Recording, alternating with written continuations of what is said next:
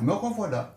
Nous sommes toujours le jeudi 2 avril et votre coach est en forme aujourd'hui, puisqu'il vous propose une deuxième recette, un dessert, le dessert de la tante Jeanne, bien sûr. Elle me faisait un clafoutis aux pommes extraordinaire. Et je vais essayer de reproduire cette recette avec vous. Pour cela, il me faut des pommes rouges. Je préfère des pommes gala, voilà, bien lavées, bien sûr. Je ne vais pas les éplucher, je les laisse, mais je vais enlever le cœur. D'accord? 4 pommes rouges. 4.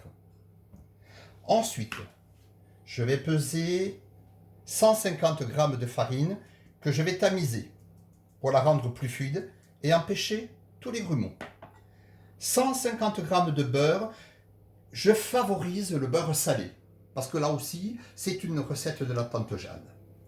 Beurre salé, 150 g de sucre. Là aussi, je vais mettre de la cassonade et la préférer au sucre semoule blanc. Mais si vous n'en avez pas, on peut mettre du sucre de semoule blanc ordinaire. 6 œufs frais. Un plat un peu haut, vous voyez, dans lequel je vais badigeonner avec du beurre. Ensuite, je vais avoir besoin de 750 ml de lait demi-écrémé que je vais faire chauffer. Et une fois que ce lait va être chaud, je vais rajouter mes 150 g de beurre dedans. Donc je commence à préparer tout cela et je vous retrouve tout de suite.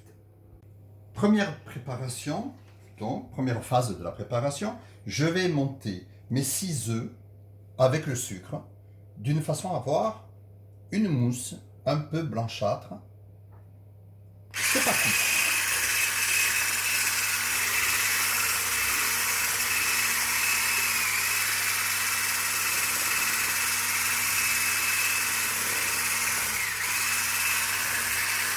Alors maintenant que j'ai bien monté mes œufs avec mon sucre, on va dire dans une mousse très compacte, très légère en même temps que les œufs. Voilà.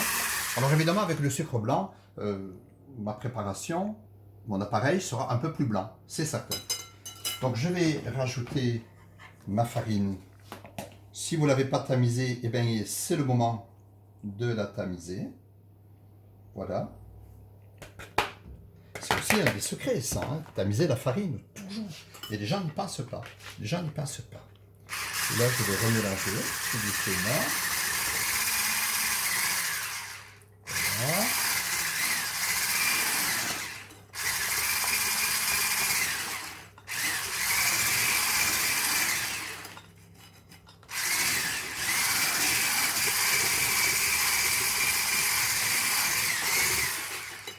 Ok.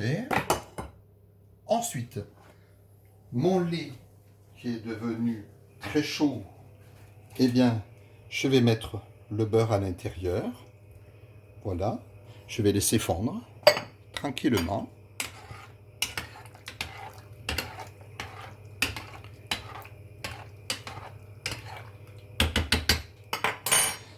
Et vous avez remarqué, pendant ce temps, qu'est-ce que j'ai fait?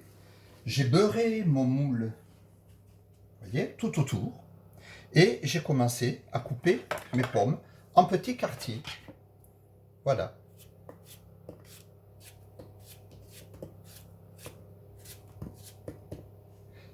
Et je répartis bien dans mon moule.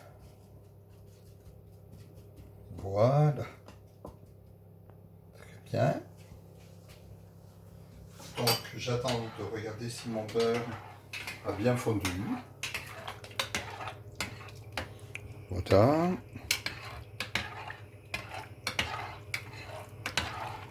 Et ainsi, je vais pouvoir rajouter cette préparation.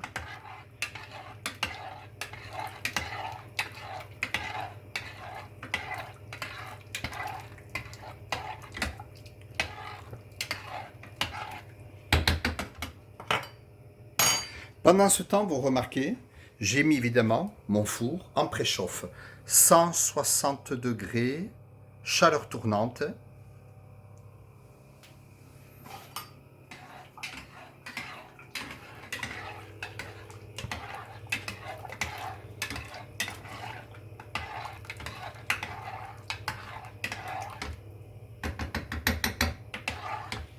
Voilà.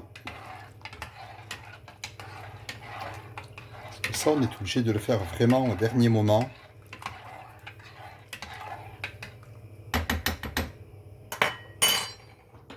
Donc je coupe.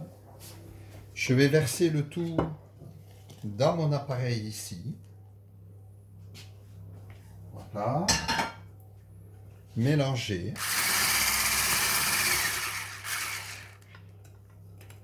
Voilà.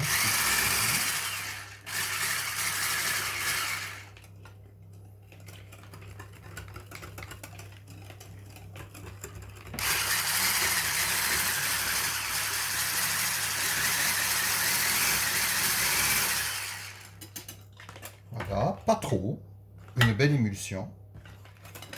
Et puis, je vais verser le tout sur mes pommes.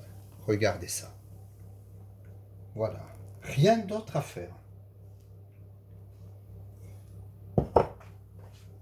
Je prends mon plat, je le mets dans le four,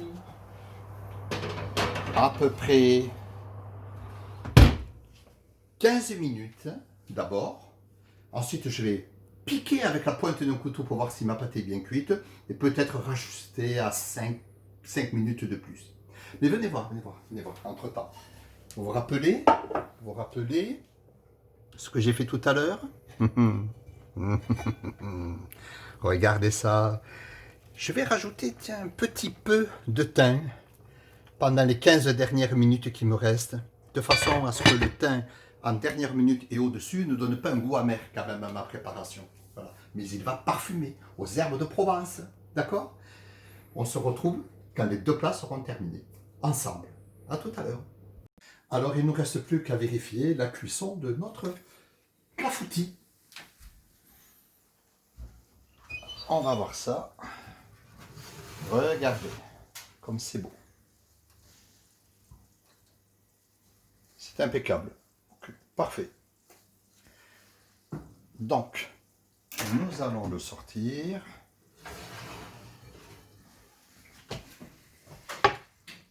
Regardez, est-ce que c'est pas appétissant tout ça? Eh bien, il ne reste plus qu'à le laisser refroidir, peut-être pour ce soir. Je vous souhaite un très bon appétit, bien sûr, et à la prochaine. C'était la cuisine du coach.